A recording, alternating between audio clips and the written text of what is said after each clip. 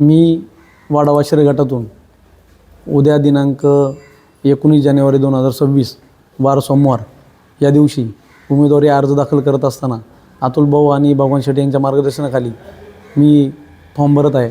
तरी सर्वांनी मला सहकार्य करावं ही नम्र विनंती. नमस्ते. नमस्ते.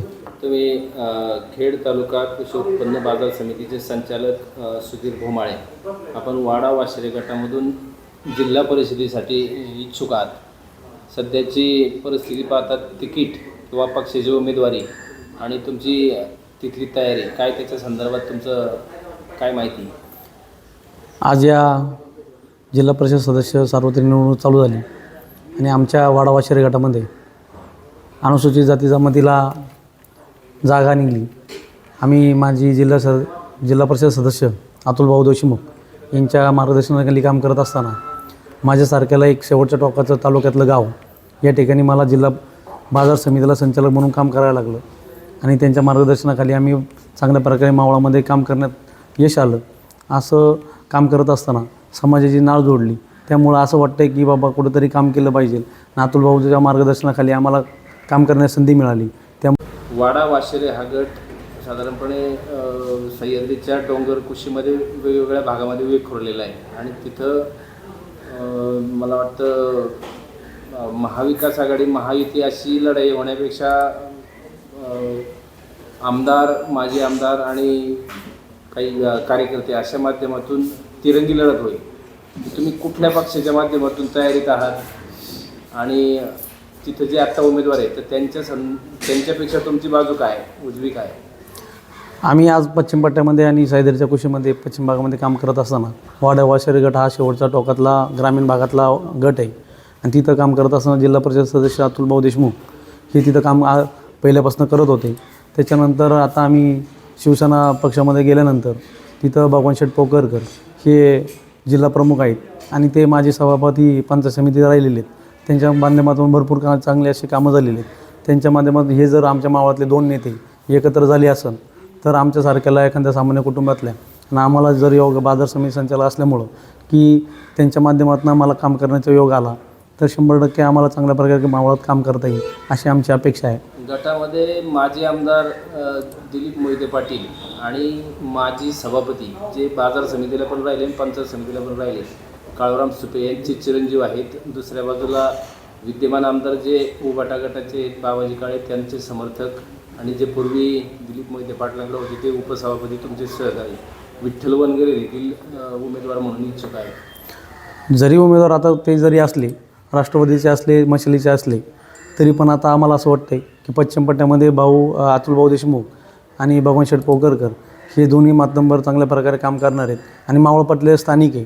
त्याच्यामुळं आम्हाला असं वाटतं की ते 100% आम्ही जर तिथे उभं राहिलो तर आम्हाला चांगल्या प्रकारे मतदान भेटू शकतं. आणि मागच्या वेळी ZP सदस्य होते ना, सभापती भगवान पोकरकर या तुमचे जे आता वाड्याच्या बाजू आहेत तिथले पंचायत समिती सदस्य होते, त्यांच्या माध्यमातून काय कामं झाली? त्यांच्या माध्यमातून चांगल्या प्रकारे विकास कामं, रस्ते असेल. आता माझा जर विचार केला तर आमच्या येळवळी स्वतंत्र झाल्यापासून येळवळी गावाला रस्ता नव्हता, पाणी नव्हतं.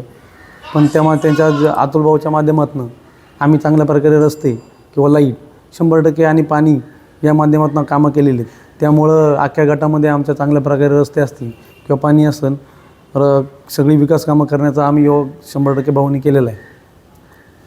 तुमच्या या गटामधून भीमाशंकरकडे जाणारा नवीन एक मोठा रस्ता होतोय आणि त्यामध्ये आदिवासी लोकांची किंवा तुमच्याच लोकांची जमीन जाते.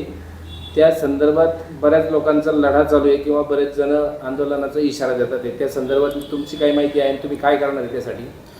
अतुल भाऊ देशमुखच्या माध्यमातून त्या रस्त्याला किंवा लढा देण्याचं काम आम्ही या ठिकाणी मागच्या वेळेस केलेलं आहे आणि त्याच्यानंतर आम्हाला यश न आल्यामुळं किंवा आता आम्ही सत्तेत नव्हतो, पण आत्ता भगवान शेठ पोकरकर असतील यांच्या सत्तेमध्ये असल्यामुळं आमच्या पश्चिम पट्ट्यामध्ये तालुक्यामध्ये कामं चांगल्या प्रकारे झालीत आणि आम्ही आज सत्तेच्या या ठिकाणी आल्यानंतर भाऊच्या माध्यमातून जो आमचा कर्जत भीमाशंकर रस्ता आहे तो जर रस्ता पूर्ण होत असेल तर 100% आमच्या पश्चिम भागामध्ये न्याय भेटण्याचं काम होईल.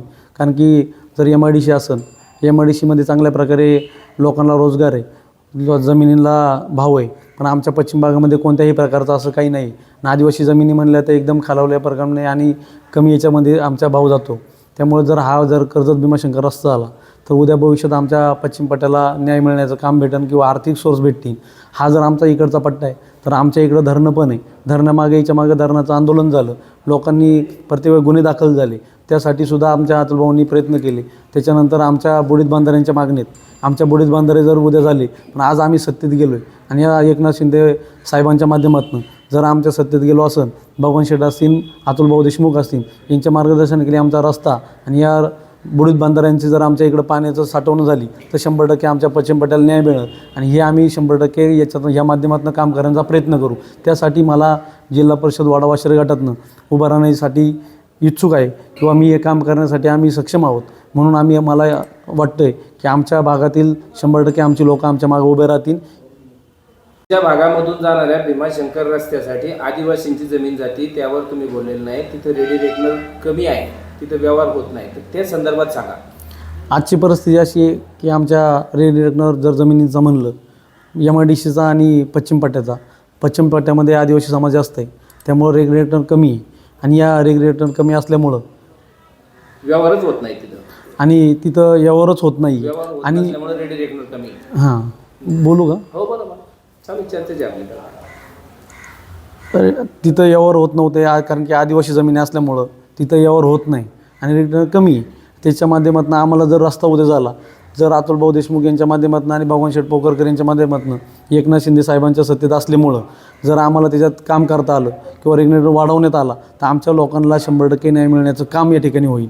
त्यासाठी आम्हाला अशी हवी आहे की बाबा जिल्हा परिषद सदस्य जर तिथं आमचा शिंदे गटाचा झाला आणि सत्तेत आहेत त्यामुळं हक्काचं सदस्य असा. आणि हक्काचा सदस्य असावा असं आम्हाला वाटते. म्हणून आम्ही तिथं दावा करू शकतो की आमचा जिल्हा परिषद गट शिवसेनेचा येऊ शकतो. त्याच्यानंतर आज पाहिलं तालुक्यामध्ये परिस्थिती अशी आहे की शिंदे गटाचा बोलबाला आहे आणि त्याच्यानंतर आम्ही चांगल्या प्रकारे 3 आळंदी असन किंवा चाकण असन, खेड असन नगराध्यक्ष म्हणून आमच्या तिकडे शिवसेनेच्या गटातले आमचे नगराध्यक्ष आहेत. शिवसेनेचा बोलबाला आणि शिवसेनेच्या माध्यमातून नगरपालिका आमच्या हातात आलेली आहेत. त्याच्यामध्ये आमच्या सिंहाचा वाटा म्हणलं तर अतुलभाऊ देशमुख यांचा आहे. त्याच्यानंतर भगवान शेठ पोकरकर असतील, नितीन शेठ गोरे असतील, यांच्या माध्यमातून चांगल्या प्रकारे आम्हाला नगरपालिका हातात आल्यामुळं आम्हाला 100% असं वाटतं की आमच्या पश्चिम पट्ट्यामध्ये जी कामं असतील किंवा आता अडचणी असतील तर त्या 100% शिंदे साहेबांच्या माध्यमातून आम्ही करू शकतो, ही ग्वाही देतो.